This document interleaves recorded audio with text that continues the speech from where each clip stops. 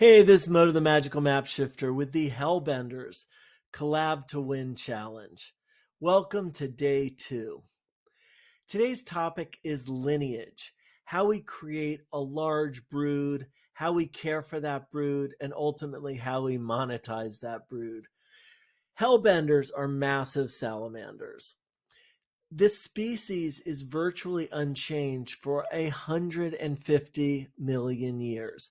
Now, silly humans have only been around for about 100,000 years. So hellbenders are way wiser than humans will ever be. Hellbenders lay 300 to 500 eggs. That's a very large brood. They also live under the same rock for years, sometimes decades, and sometimes their entire life.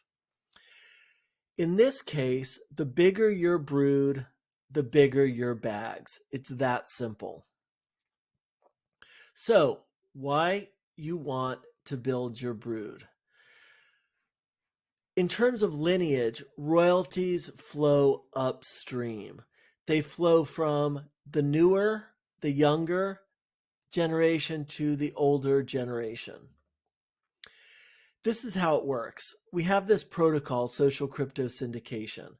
And whenever there is a mint or a trade, part of the royalties go to the brood. So on mints, 20% of the mint price goes to the parent, the first level up. 10% goes to the grandparent. 7% goes to the great-grandparent. 3% goes to the great-great-grandparent. So the total that scouts get is 40% of the mint price. So remember, if this is a $100,000 mint, you get $40,000 that goes to the scouts. That's a lot of money. The club then gets 60%. That would be $60,000 of that $100,000. Now on trades, there are going to be trades way more than there was ever that initial mint. So the parent gets 10%, the grandparent gets 3%, the great-grandparent gets 2%. Now, on the Metaplex metadata and NFT standard, there are only 5 slots to distribute royalties. So we've dropped off the great-great-grandparent. So trades are just 3 generations. The total for scouts is 15% in this. The club gets 5 and the seller gets 80%. There are 3 ways to build your brood. The first one is to share your link. Now, you don't want just to be sharing that willy-nilly. It's when you're talking to people, they really want to join Hellbenders. The first place to go is to get a fake ID, and you can share your link, your brood link, and someone can mint off of it. So that's the most straightforward way. The next way is to send somebody a red list token. As a provider, you can mint a red list token. And that means with that red list token, there are all kinds of things people can mint. The spawns coming up, dow or die, all of that. But it's like a whitelist token.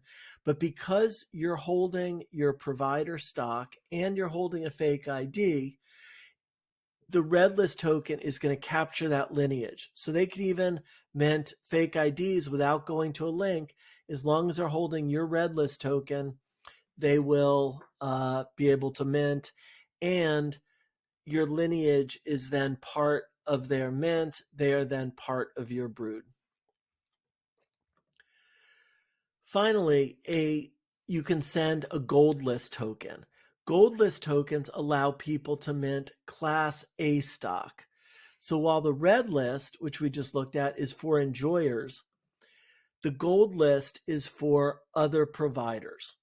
So when you share this, you're going to get in your brood other collab managers, project founders, all kinds of people who are going to be generating more business, building more broods, getting more mints done.